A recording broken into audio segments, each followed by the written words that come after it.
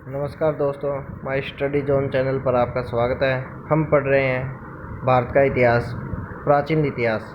इसके नौ आज हम पढ़ेंगे 9 नंबर लेसन को। इससे पहले के लेसन हम पढ़ चुके हैं।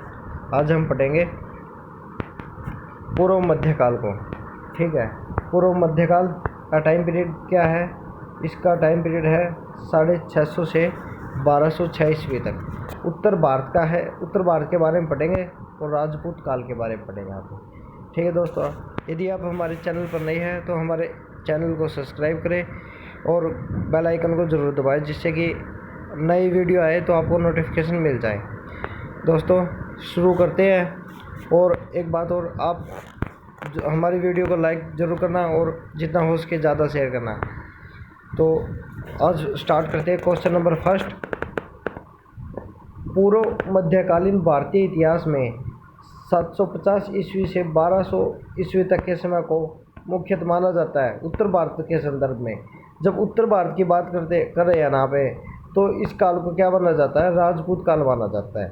ठीक है, इसने स्पेशली बोला उत्तर भारत के संदर्भ में 750 से 1200 ईस्वी तक के समय काल को क्या बोला जाता है? राजपूत काल बोला जाता है। क्वेश्चन नंबर 2, 1712 में सिंध पर अरबों का आक्रमण हुआ। वहाँ के शासक कौन था? वहाँ का शासक दाहिर था। सिंध का शासक कौन था उस समय? दाहिर। ठीक है, और अगला क्वेश्चन देखते हैं। सर्वप्रथम भारत में जजिया कर लगाने का श्रेय सिंध के विजेता मोहम्मद बिन कासिम को दिया जाता है। 1712 के अंदर जब आक्रमण किया ना, तो किसने किया था? मोहम्मद बिन कासिम ने आक्रमण किया था। वो मुसलमान था। ठीक है, उसने किस वर्ग के को इस कर से पूर्ण मुक्त रखा था? ब्राह्मणों को। उसने ब्राह्मणों पर जजिया कर नहीं लगाया था, ब्राह्मणों को छोड़ दिया था उसने। अगला क्वेश्चन है, किस ग्रंथ के आधार पर माना जाता है कि म्लेच्छों के अत्याचार से त्रस्त होकर महर्षि वशिष्ठ ने अत्याचारियों के विनाश हेतु आबू पर्वत पर एक यज्ञ किया और इस यज्ञ कुंड से 4 राजपूत कुल का जन्म हुआ? वे कौन से? परमार, चालुक्य या सोलंकी, प्रतिहार और चौहान।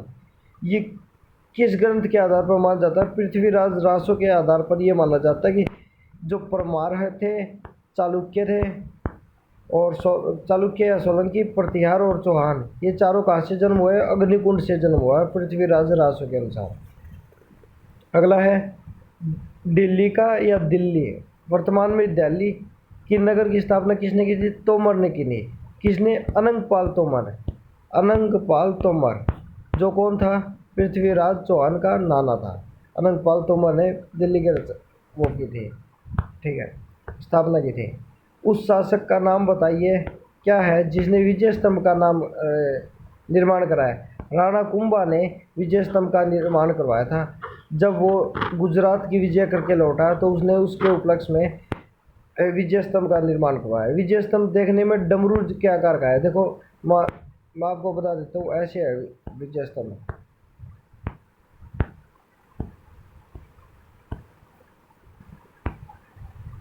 ऐसे है। ठीक है, इसको 20 साल लगे थे बनाने के अंदर, 20 साल। ठीक है, विजय स्तंभ दूर से देखने पर ऐसा लगता है, नीचे से चौड़ा, बीच में से पतला, फिर ऊपर से चौड़ा, डमरू के आकार का। ठीक है, अगला क्वेश्चन है, निम्नलिखित में से भारत पर पहली बार आक्रमण करने वाला कौन था? जो ये अरब थे ना, अरब, इन्होंने भारत पर सबसे पहले आक्रमण किया था। ठीक है, अरबों ने सबसे पहले भारत पर आक्रमण किया था। अगला क्वेश्चन है 8 नंबर, पृथ्वीराज रासो निम्नलिखित में से किसने लिखा है? पृथ्वीराज रासो चंद्रबरदाई द्वारा लिखित है। ठीक है, अगला क्वेश्चन, पूर्व मध्यकालीन भारत के शासक राजवंशों के साथ उनकी राजधानियों का मेल कीजिए। प्रतिहार या परिहार है, उनकी राजधानी कन्नौज थी। चंदेल है, खुजराहो थी। देखो, खुजराहो के जितने भी टेम्पल है ना, वे चंदेलों के द्वारा बनवाए गए हैं। ठीक है, अगला है परमार या वार, ये इनकी राजधानी धार थी। आप याद रख सकते हैं, किसी को जब मारते हैं या उस पर वार करते हैं तो हमारे पास जो हथियार है उसके अच्छी धार होनी चाहिए, ऐसे याद रख सकते हैं। चालुक्य, सोलंकी, अनिहलवाड़ा उनकी राजधानी थी। ऑप्शन नंबर इसका कौन सा हुआ? ऑप्शन नंबर सी इसका करेक्ट हुआ। ऑप्शन नंबर सी इसका करेक्ट हुआ। ठीक है, अगला क्वेश्चन देखो,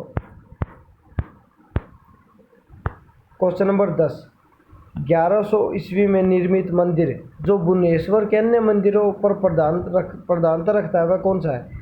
त्रिभुवनेश्वर लिंगराज मंदिर है, भुवनेश्वर उड़ीसा के अंदर है, वो मंदिरों के अंदर सबसे बड़ा माना जाता है। ठीक है, अगला क्वेश्चन है, दिलवाड़ा मंदिर कहाँ पर स्थित है? ये आबू पर्वत के ऊपर है दिलवाड़ा मंदिर, जैन धर्म से संबंधित है ये, जैन धर्म का। ठीक है,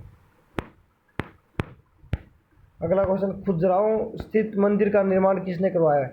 चंदेल राजपूतों ने खुजराहो के मंदिरों का निर्माण करवाया था। अगला है, विजय स्तंभ कहाँ है? विजय स्तंभ चित्तौड़गढ़ के अंदर है, राणा कुंभा ने इसका निर्माण करवाया था, राजस्थान के अंदर। लिंगराज मंदिर की नींव किसने डाली थी? जो लिंगराज मंदिर है उसकी नींव किसने डाली थी? जो ये ययाति केसरी है ना, इसने लिंगराज मंदिर की नींव डाली थी।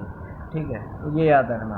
अगला क्वेश्चन 15, सोमनाथ मंदिर पर जब 1025 के अंदर महमूद गजनवी ने आक्रमण किया था, उस समय गुजरात का शासक कौन था? ठीक है, उस समय गुजरात का शासक भीमदेव फर्स्ट था, मोहम्मद गजनवी के समय में। ठीक है, भीमदेव फर्स्ट, और मोहम्मद गोरी आएगा उस टाइम पृथ्वी भीमदेव सेकंड हो जाएगा। ठीक है, तो इस क्वेश्चन का आंसर होगा क्वेश्चन नंबर ए। ठीक है, अगला क्वेश्चन देखते हैं, हिंदू विधि पर एक पुस्तक मित्राक्षरा किसने लिखी थी?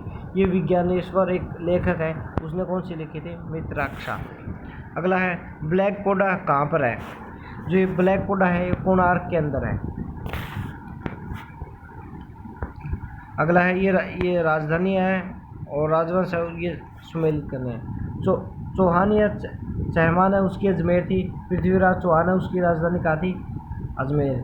गढ़वाल या राठौड़ है उनकी कन्नौज थी। सिसोदिया गुलैत है उसकी चित्तौड़ थी, और कलचुरी या है इसकी त्रिपुरी थी। ऑप्शन नंबर ए इसका करेक्ट होगा। ठीक है, अगला है, राजस्थान के इतिहास का प्रणेता किसे कहा जाता है? कर्नल टाड है, ये अंग्रेज था जो घोड़े के ऊपर बैठकर पूरा राजस्थान का भ्रमण किया था इसने राजस्थान के इतिहास के बारे में लिखा जाता है, राजस्थान के इतिहास के बारे में एक पुस्तक लिखी है। अगला क्वेश्चन है, सुमेलित करना है राजवंश और उसके राज्य क्षेत्र। चौहान है दिल्ली और अजमेर का क्षेत्र था, प्रतिहार है इनका कन्नौज था, परमार का मालवा था, सोलंकी का कठियावाड़ है ये उनका राज्य क्षेत्र था। ऑप्शन नंबर ए इसका करेक्ट होगा, ऑप्शन नंबर ए इसका करेक्ट है। ठीक है, अगला क्वेश्चन है, ये भी सुमेलित करना है, चंदेल है उनकी जेजा भक्ति या बुंदेलखंड है, ये उनका राज्य क्षेत्र था। कलचुरी है उनके चेदी था, गढ़वाल राठौर कन्नौज, गहलोत मेवाड़। ठीक है, ऑप्शन नंबर इसका भी ए करेक्ट होगा। ठीक है, अगला क्वेश्चन देखो 22 नंबर, ये भी राजवंश और उनके संस्थापक, ये मिलान करना है। चौहान वासुदेव ने स्थापना की थी, परमार की सेकंड श्री हर्ष ने, सोलंकी की मूलराज फर्स्ट ने, चंदेल की ननुप चंदेल ने। ऑप्शन नंबर ए इसका करेक्ट है। ठीक है, अगला क्वेश्चन, इसमें पूछा कि कौन सा सुमेलित नहीं है? चंदेल की ननुप ने की थी, ये ठीक है। कलचुरी की कोकल फर्स्ट ने की थी, ठीक है। गढ़वाल की जयचंद चंद्र देव ने की थी। राष्ट्र की विजाल्य नहीं, राष्ट्रकूट की दंती दुर्ग ने की थी, दंती दुर्ग ने राष्ट्रकूट की स्थापना की थी। ऑप्शन नंबर इसका डी है, ये गलत है। ऑप्शन नंबर ये इसका ऑप्शन कौन सा हुआ? डी है इसका करेक्ट आंसर होगा। हरिकेल नाटक का रचयिता है, हरिकेल है ये एक नाटक है, ये किसने लिखा था? ये चौहान शासक विग्रहराज फोर्थ या विशलदेव भी बोल देते, इसने लिखा था। ठीक है, 25 नंबर क्वेश्चन, किस शासक के कुछ अंश 2.5 दिन का झोपड़ा मस्जिद की दीवारों पर लिखे हैं? जो ये हरिकेल है ना, इसी नाटक के कुछ शब्द या कुछ पॉइंट लिखे गए हैं। 2.5 दिन का झोपड़ा मस्जिद है उसके ऊपर। अगला क्वेश्चन, रानी पद्मावती का नाम अलाउद्दीन खिलजी की चित्तौड़ विजय से जोड़ा जाता है, उसके पति का नाम? ये तो आपको सभी को पता है, पद्मावती मूवी देखी होगी आपने, राणा रतन सिंह। क्वेश्चन नंबर 27, विक्रमशिला शिक्षा केंद्र का संस्थापक धर्मपाल, और नालंदा है उसका कुमारगुप्त। ठीक है, ये भी याद रखना आप। अगला क्वेश्चन, निम्नलिखित में से किस मंदिर परिसर में एक भारी भरकम नंदी की मूर्ति है जिसे भारत की विशालतम मूर्ति मानी जाती है? जो कंदरिया महादेव मंदिर है ना, एमपी के अंदर है ये। ठीक है, चंदेल शासकों ने बनवाया था। खजुराहो का मंदिर है, उसका पार्ट है ये कंदरिया महादेव मंदिर। ठीक है, इसका ऑप्शन नंबर सी करेक्ट है। ठीक है, निम्नलिखित में से किसी एक नए समझ चलाने का यश प्राप्त है? ये लक्ष्मण सेन को, इन्होंने भी एक नया समझ चलाया था। इन चारों ऑप्शनों में से देखें तो इसका ऑप्शन डी करेक्ट होगा। ठीक है, लक्ष्मण सेन। गीत गोविंद के रचनाकार जयदेव है, किसकी सभा को अलंकृत करते थे? लक्ष्मण सेन की। ये भी क्वेश्चन आ सकता है कि गीत गोविंद है, ये किसने लिखा था? तो ये जयदेव ने लिखा था। ठीक है, इसको हम ये ऐसे याद रख सकते हैं कि गोविंद के गीत गाओगे तो उसकी जय जय होगी। अगला है, किसने सोमपुर महाविहार का निर्माण करवाया था? जो सोमपुर महाविहार है उसका निर्माण किसने करवाया था? ठीक है, जो ये धर्मपाल है इसने सोमपुर महाविहार का निर्माण करवाया था। अगला क्वेश्चन, भुवनेश्वर तथा पुरी के मंदिर किस शैली के बने हुए? जो नागर शैली है, ये भुवनेश्वर का मंदिर और जो पुरी का मंदिर है ये नागर शैली के बने हुए हैं। जो दक्षिण भारत है, द्रविड़ शैली के मंदिर है दक्षिण भारत के अधिकतर मंदिर। ठीक है, तो ये दो मंदिर है, भुवनेश्वर और Puri. Option number A correct है इसका, नागर शैली। राजवंश जो कनौज पर आधिपत्य स्थापित करने में त्रिकोणीय संघर्ष में उलझे हुए थे वे थे? चोल नहीं थे, पाल भी थे, प्रतिहार, राष्ट्रकूट। धर्मपाल विजयी हुआ था फर्स्ट संघर्ष के अंदर, तो ऑप्शन नंबर सी इसका करेक्ट होगा। क्वेश्चन नंबर 34, भारत में प्रथम आक्रमणकारी था? मोहम्मद बिन कासिम है, वो भारत में प्रथम आक्रमणकारी माना जाता है, मोहम्मद बिन कासिम। अगला है, जगन्नाथ मंदिर किस राज्य में? जगन्नाथ मंदिर उड़ीसा के अंदर है, भुवनेश्वर उड़ीसा।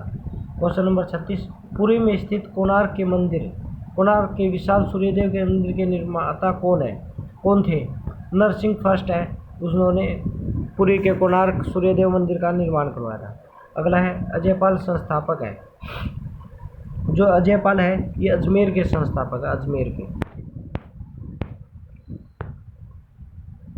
38 क्वेश्चन नंबर, निम्नलिखित में से कौन कविराज के नाम से विख्यात है? जो भोजपरमार है ना, ये बहुत बड़ा एक लेखक भी बोल सकते हैं, इसको कविराज बोलते थे। ठीक है, 38 का ऑप्शन नंबर ए। 39 का देखो, भोजपरमार द्वारा रचित पुस्तकें। देखो पीछे क्वेश्चन है, कविराज किसे कहा जाता है? भोजपरमार को। अरे भी उसके पुस्तकें आगे, सम्रांगण सूत्रधार, ठीक है, ये भी। सरस्वती कंठाभरण, ये भी भोजपरमार के। योग सूत्रवृत्ति, भोजपरमार द्वारा लिखित। आयुर्वेद सर्व, ये भी उसके है। ऑप्शन नंबर सी इसका करेक्ट है, चारों बुक भोजपरमार द्वारा लिखी गई है। सम्रांगण सूत्रधार है, ये किससे, इसका विषय क्या है? स्थापत्य शास्त्र, जैसे आर्किटेक्चर बोलते थे ना, कोई बिल्डिंग बनानी है कैसे बनानी है, ये इसके ऊपर लिखित है। ठीक है, उसकी मृत्यु से दारा नगरी, विद्या और विद्वान तीनों ही निराश्रित हो गए। यह पंक्ति है, ये किस शासक के बारे में? ये भोजपरमार के द्वारा, क्योंकि ये जो विद्वान थे उन सभी को आश्रित करता था। ये खुद भी एक बहुत बड़ा लेखक था, इसके बारे में कहा जाता है। ठीक है, उसकी मृत्यु से दारा नगरी, विद्या और विद्वान तीनों ही निराश्रित हो गए, तीनों ही निराश हो गए। ठीक है, अगला क्वेश्चन है 42, किस शासक के दरबार में जैन आचार्य हेमचंद्र को संरक्षण मिला होता? ये जयसिंह के शासनकाल में थे और कुमारपाल के भी। ए और बी दोनों इसका आंसर होगा, ए और बी दोनों। अगला क्वेश्चन है, वह प्रथम भारतीय शासक कौन है जिसने तुर्क आक्रांता मोहम्मद गौरी का सामना किया और मोहम्मद गौरी को पराजित किया? भीम सेकंड। भीम फर्स्ट मोहम्मद गजनवी से हार गया था, भीम फर्स्ट हार गया था और भीम सेकंड जीत गया था, विजय प्राप्त की थी। ठीक है, इसने मोहम्मद गौरी पर। अगला देखो 44 क्वेश्चन नंबर, किस शासक ने कालिंजर के अजय दुर्ग का निर्माण करवाया था? कौन था जिसने कालिंजर का किला बनवाया था? ये धंगदेव है, इसने निर्माण करवाया था कालिंजर का किला। ठीक है, अगला क्वेश्चन 45, वह कौन सा संवत है जो कुलचौरियों द्वारा प्रयुक्त किए जाने के कारण कलचुरिया संवत भी कहलाता है? कौन सा संवत है ये? त्रैकुटक संवत है ना, ये संवत है जो कलचुरिया संवत भी कहा जाता है। Option number C correct. 46, किसके राज्यकाल में लक्ष्मीधर ने कल्पद्रुम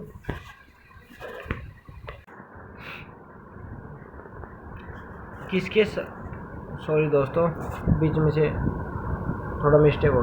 किसके राज्यकाल में मुरलीधर ने कल्पद्रुम और कृत्य कल्पतरु नामक ग्रंथ की रचना की? लक्ष्मीधर द्वारा लिखित दो पुस्तकें कल्पद्रुम और कृत्य कल्पतरु, ये किसके शासनकाल में लिखी गई थी? ये लिखी गई थी गोविंद चंद्र के शासनकाल में। ऑप्शन नंबर बी करेक्ट है। ठीक है, अगला है चंदावड़ का युद्ध 1194 में हुआ, किसके बीच में? जयचंद और मोहम्मद गौरी के बीच में। जयचंद मार दिया गया मोहम्मद गौरी द्वारा, और मोहम्मद जयचंद था जिसके कारण से भारत में भारी विदेशी शक्तियों को भारत में विजय मिली। ठीक है, अगला क्वेश्चन है निषेध चरित्र और खंड खाद्य के रचयिता श्रीहर्ष किस शासक के राजकवि थे? ये जो है ये जयचंद्र के राजकवि थे ये। ठीक है, क्वेश्चन नंबर 49, निम्नलिखित शहरों में से किसमें लिंगराज मंदिर स्थित है? भुवनेश्वर उड़ीसा के अंदर लिंगराज मंदिर है।